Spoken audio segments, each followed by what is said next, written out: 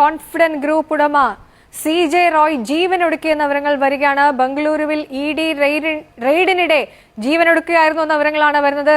എത്തിക്കുന്ന വിവരം തന്നെയാണ് ഇപ്പോൾ പുറത്തു വരുന്നത്. കോൺഫിഡന്റ് ഗ്രൂപ്പ് ഉടമ ബംഗളൂരുവിൽ ജീവനൊടുക്കിയിരിക്കുകയാണ്. IT റെയ്ഡിനിടെയാണ് ഇദ്ദേഹം സ്വയം വെടിവെച്ച് മരിച്ചത് എന്നുള്ള വിവരങ്ങളാണ് ഇപ്പോൾ പുറത്തു വരുന്നത്.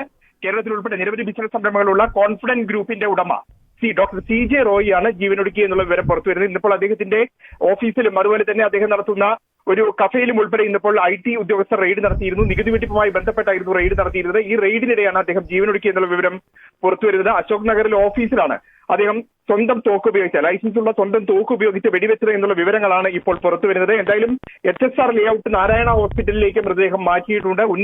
വാർത്തയാണ് പുറത്തേക്ക് വരുന്നത് അല്ലെ. ഷോക്കിംഗ് ന്യൂസ് എന്ന് പറയാം. 2024 ഏറ്റവും വലിയ ഷോക്കിംഗ് ന്യൂസ് തന്നെ പറയാം. CJ റോയ് സാറിന്റെ ഒരു ED വെട്ടിച്ചിട്ടുണ്ടെങ്കിൽ അത് കേസിന്റെ വഴിക്ക് പോകണം.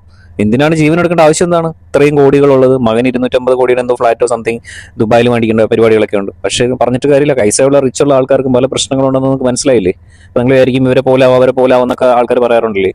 പക്ഷേ പൈസ ഉണ്ടാക്കുന്ന കുറെ ആൾക്കാരൊക്കെ അത് തട്ടിക്കലും വെട്ടിക്കലും ചേർന്നിട്ട് അതുകൊണ്ട് അവർക്ക് അപമാനമായിരിക്കും. അതുകൊണ്ടായിരിക്കണം അദ്ദേഹം അങ്ങനെ ചെയ്തത്. പക്ഷേ മോശമായി അങ്ങനെ ചെയ്യേണ്ട ആവശ്യമില്ല. ആത്മഹത്യ ഒന്നും ഒരു പരിഹാരമല്ലായിരുന്നു. ഇവിടെ നിൽക്കാമായിരുന്നു. പിന്നെ അദ്ദേഹം ബിൽഡ് ചെയ്തിരിക്കുന്ന ഒരു സംഭവം അതാണ് അദ്ദേഹത്തിന് ഇങ്ങനെ ഒരു ഇതിലേക്ക് പോയിരിക്കുന്നത് എനിക്ക് തോന്നുന്നു. എന്തെങ്കിലും കാര്യങ്ങൾ കാണുന്നു കൂടുതൽ, അതല്ലെങ്കിൽ പെട്ടെന്ന് ഇങ്ങനെ ചെയ്യേണ്ട ആവശ്യമില്ല. അല്ല അത് തന്നെ ഇൻസൾട്ടിങ് ആവും എന്നുള്ള ഇത് വെച്ചിട്ട് തന്നെ ആയിരിക്കും ചെയ്തിരിക്കുന്നത്.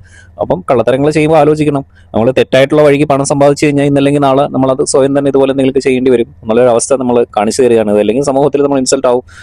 എന്താ പറയുക അല്ലേ. പൈസ ഉണ്ടെങ്കിലും പ്രശ്നം, പൈസ ഇല്ലെങ്കിലും പ്രശ്നം. അതാണ് അവസ്ഥ. എന്തായാലും അദ്ദേഹത്തിന്റെ ആത്മാവിന് നിത്യശാന്തി നേരുന്നു. ഒരു ഷോക്കിംഗ് ന്യൂസ് തന്നെയാണ്. 2026 ഇതുപോലെ ഷോക്കായിട്ടുള്ള ന്യൂസ് വേറെ ഇല്ല. ബിക്കോസ് ലാസ്റ്റ് നമ്മുടെ അനീഷിന് ക്യാഷ് പ്രൈസ് കൊടുത്ത സമയത്തൊക്കെ എന്ത് ഹാപ്പി, എത്ര പ്ലസന്റ് ആയിട്ടാണ് അങ്ങ് നിന്ന്. അപ്പോൾ നമ്മൾ ഒരുപാട് അദ്ദേഹത്തിന് വിമർശിച്ചിട്ടുണ്ട്. കുറേ ആൾക്കാർ അദ്ദേഹം സ്വയം പൊങ്ങിയാണ്, അങ്ങനെയാണ്, ഇങ്ങനെയാണ്, ജാടയാണ്, അങ്ങനെയൊക്കെയുള്ള ഒരുപാട് കാര്യങ്ങളൊക്കെ പറഞ്ഞിട്ടുണ്ടെങ്കിൽ ഈ നിമിഷത്തിൽ ഒന്നും പറയാനില്ല മക്കളെ. ഇങ്ങനെ ആത്മഹത്യ ഒന്നും ഒരു പരിഹാരമല്ല. നമ്മളിവിടെ തന്നെ അത് മാനേജ് ചെയ്യണമെന്ന് മാത്രമേ ഞാൻ പറയുന്നുള്ളൂ. എനിവേ